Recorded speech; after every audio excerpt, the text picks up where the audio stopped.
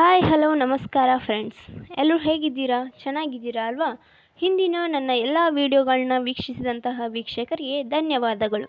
ಇಂದು ಕೂಡ ನಾವು 10 ಇಂಪಾರ್ಟೆಂಟ್ ಆಗಿರೋ ಕ್ವೆಶನ್ ಆನ್ಸರ್ಗಳನ್ನ ನೋಡಲಿದ್ದೇವೆ. ಅದಕ್ಕೂ ಮೊದಲು ನೀವೇನಾದರೂ ನಮ್ಮ ಚಾನಲನ್ನು ಹೊಸದಾಗಿ ನೋಡ್ತಾ ಇದ್ದರೆ ಅಥವಾ ನಮ್ಮ ಚಾನಲನ್ನು ಇನ್ನೂ ಸಬ್ಸ್ಕ್ರೈಬ್ ಮಾಡದೇ ಇದ್ದರೆ ಕೆಳಗೆ ಕಾಣ್ತಾ ಇರುವಂತಹ ಸಬ್ಸ್ಕ್ರೈಬ್ ಬಟನನ್ನು ಒತ್ತಿ ಪಕ್ಕದಲ್ಲೇ ಕಾಣ್ತಾ ಇರುವಂತಹ ಬೆಲ್ ಬಟನನ್ನು ಕ್ಲಿಕ್ ಮಾಡಿ. ಸರಿ ಫ್ರೆಂಡ್ಸ್, ಹಾಗಾದರೆ ತಡ ಮಾಡದೆ ಇವತ್ತಿನ ನಮ್ಮ ಒಂದು ವಿಡಿಯೋನ ಸ್ಟಾರ್ಟ್ ಮಾಡೋಣ. ಹಾಗಾದರೆ ಮೊದಲ ಇಂಪಾರ್ಟೆಂಟ್ ಆಗಿರೋ ಕ್ವೆಶನನ್ನು ನೋಡಿದಾಗ, ಈಜಿಪ್ಟಿಯನ್ನರು ಶವಗಳನ್ನು ಮಮ್ಮೀಕರಣ ಮಾಡಲು ಯಾವ ಲವಣದಲ್ಲಿ ಸಂಗ್ರಹಿಸುತ್ತಿದ್ದರು?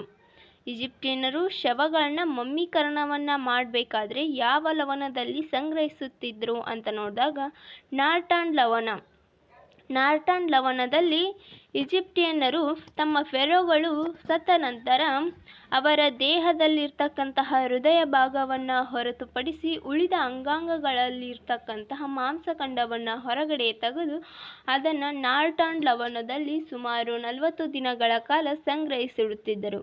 ನಂತರ ಆ ದೇಹವನ್ನು ಹೊರಗಡೆ ತೆಗೆದು ಅದಕ್ಕೆ ಕಟ್ಟಿಗೆ ಮತ್ತು ಒಣ ಹುಲ್ಲನ್ನು ತುಂಬಿ ಬಟ್ಟೆಯಿಂದ ಸುತ್ತಿ ಅದನ್ನು ಪೆಟ್ಟಿಗೆಯಲ್ಲಿ ಸಂಗ್ರಹಿಸುತ್ತಿದ್ದರು ಮತ್ತು ಅಲ್ಲಿ the book of the dead ಎನ್ನುವಂತಹ ಪುಸ್ತಕವನ್ನು ಇಡುತ್ತಿದ್ದರು. ಈ ರೀತಿಯಾಗಿ ಈಜಿಪ್ಟಿಯನ್ನರು ಮಮ್ಮೀಕರಣವನ್ನು ಮಾಡ್ತಾಯಿದ್ರು ಫ್ರೆಂಡ್ಸ್. ಹಾಗಾದರೆ ಮುಂದಿನ ಒಂದು ಕ್ವೆಶನನ್ನು ನೋಡೋಣ. ಪ್ರಪಂಚದಲ್ಲಿ ಅತಿ ಕಡಿಮೆ ಜನನ ಪ್ರಮಾಣ ಹೊಂದಿದಂತಹ ರಾಷ್ಟ್ರ ಯಾವುದು? ಪ್ರಪಂಚದಲ್ಲಿಯೇ ಅತಿ ಕಡಿಮೆ ಜನನ ಪ್ರಮಾಣವನ್ನು ಹೊಂದಿದಂತಹ ರಾಷ್ಟ್ರ ಜಪಾನ್. ಇದು ಸುಮಾರು 7.64ರಷ್ಟು ಜನನ ಪ್ರಮಾಣವನ್ನು ಹೊಂದಿದೆ ಫ್ರೆಂಡ್ಸ್. ಹಾಗಾದರೆ ಮುಂದಿನ ಒಂದು ಕ್ವೆಶನನ್ನು ನೋಡೋಣ. ಜೈನ ಧರ್ಮದ ಪಂಗಡಗಳನ್ನ ತಿಳಿಸಿ. ಜೈನ ಧರ್ಮದ ಪಂಗಡಗಳನ್ನ ನೋಡುವುದಾದರೆ 2 ಪಂಗಡಗಳಿವೆ. ಅದರಲ್ಲಿ ಮೊದಲನೇದಾಗಿ ಶ್ವೇತಾಂಬರರು ಮತ್ತು ಇನ್ನೊಂದು ದಿಗಂಬರರು. ಈ ಶ್ವೇತಾಂಬರರು ಎಂಬುವವರು ಪಾರ್ಶ್ವನಾಥನ ಅನುಯಾಯಿಗಳಾಗಿದ್ದರೆ ದಿಗಂಬರರು ಎಂಬುವವರು ಮಹಾವೀರನ ಅನುಯಾಯಿಗಳಾಗಿದ್ದರು ಫ್ರೆಂಡ್ಸ್. ಹಾಗಾದರೆ ಈ ವಿಡಿಯೋದ 4ನೇ ಕ್ವೆಶನನ್ನು ನೋಡಿದಾಗ, ಬೌದ್ಧ ಧರ್ಮದ ಚಿಹ್ನೆ ಯಾವುದು? ಬೌದ್ಧ ಧರ್ಮದ ಚಿಹ್ನೆ ಯಾವುದು ಅಂತ ನೋಡಿದಾಗ ಧರ್ಮಚಕ್ರ. ಈ ಧರ್ಮಚಕ್ರವು ಬೌದ್ಧ ಧರ್ಮದ ಚಿಹ್ನೆಯಾಗಿದೆ ಫ್ರೆಂಡ್ಸ್. ಹಾಗಾದರೆ 5ನೇ ಕ್ವೆಶನ್, ಸಿಂಧೂ ನದಿಗೆ ಎಷ್ಟು ಉಪನದಿಗಳಿವೆ? ಸಿಂಧೂ ನದಿಗೆ ಎಷ್ಟು ಉಪನದಿಗಳಿವೆ ಅಂತ ನೋಡಿದಾಗ ಸಿಂಧೂ ನದಿಗೆ 7 ಉಪನದಿಗಳಿವೆ ಫ್ರೆಂಡ್ಸ್. 6ನೇ ಕ್ವೆಶನನ್ನು ನೋಡಿದಾಗ, ಕರ್ನಾಟಕದ ಪ್ರಪ್ರಥಮ ಮಹಿಳಾ ಮುಖ್ಯಮಂತ್ರಿ ಯಾರು? ಮಹಿಳಾ ಮುಖ್ಯಮಂತ್ರಿ ಯಾರು ಅಂತ ನೋಡಿದಾಗ ಸುಚೇತಾ ಕೃಪಲಾನಿ.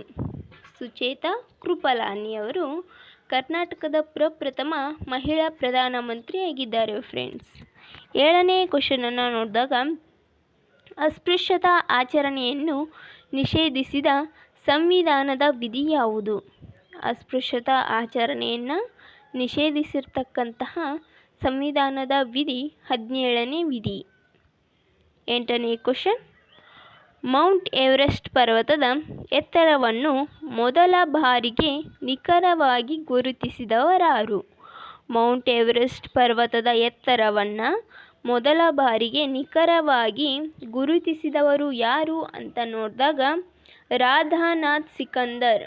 ರಾಧಾನಾಥ್ ಸಿಕಂದರ್ ಇವರು ಭಾರತದಲ್ಲಿ ನಡೆಯುತ್ತಿರುವಂತಹ ಗ್ರೇಟ್ ಟಿಗೋನೋಮೆಟ್ರಿಕಲ್ ಸರ್ವೆಯಲ್ಲಿ ಉದ್ಯೋಗಿಯಾಗಿದ್ದರು ಫ್ರೆಂಡ್ಸ್.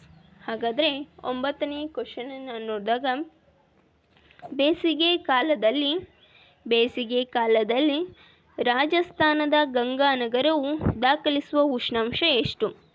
ಬೇಸಿಗೆ ಕಾಲದಲ್ಲಿ ರಾಜಸ್ಥಾನದ ಗಂಗಾನಗರವು ಸುಮಾರು 52 ಡಿಗ್ರಿ ಸೆಲ್ಸಿಯಸ್ನಷ್ಟು ಉಷ್ಣಾಂಶವನ್ನು ದಾಖಲಿಸಿರುತ್ತೆ ಫ್ರೆಂಡ್ಸ್.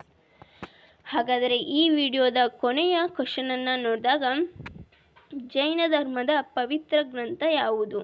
ಜೈನ ಧರ್ಮದ ಪವಿತ್ರ ಗ್ರಂಥ ಯಾವುದು ಅಂತ ನೋಡಿದಾಗ ಆಗಮ. ಆಗಮ ಎಂಬುದು ಜೈನ ಧರ್ಮದ ಪವಿತ್ರ ಗ್ರಂಥವಾಗಿದೆ ಫ್ರೆಂಡ್ಸ್. ಇಲ್ಲಿಯವರೆಗೂ ನನ್ನ ವಿಡಿಯೋವನ್ನು ವೀಕ್ಷಿಸಿದ್ದಕ್ಕಾಗಿ ಧನ್ಯವಾದಗಳು. ಮುಂದೆಯೂ ಕೂಡ ನಾವು ಇದೇ ರೀತಿಯಾದ ವಿಡಿಯೋಗಳೊಂದಿಗೆ ನಿಮ್ಮೊಂದಿಗೆ ಭೇಟಿಯಾಗಲಿದ್ದೇವೆ. ಲೈಕ್ ಮಾಡಿ, ಶೇರ್ ಮಾಡಿ, ಸಬ್ಸ್ಕ್ರೈಬ್ ಮಾಡಿ. Thank you.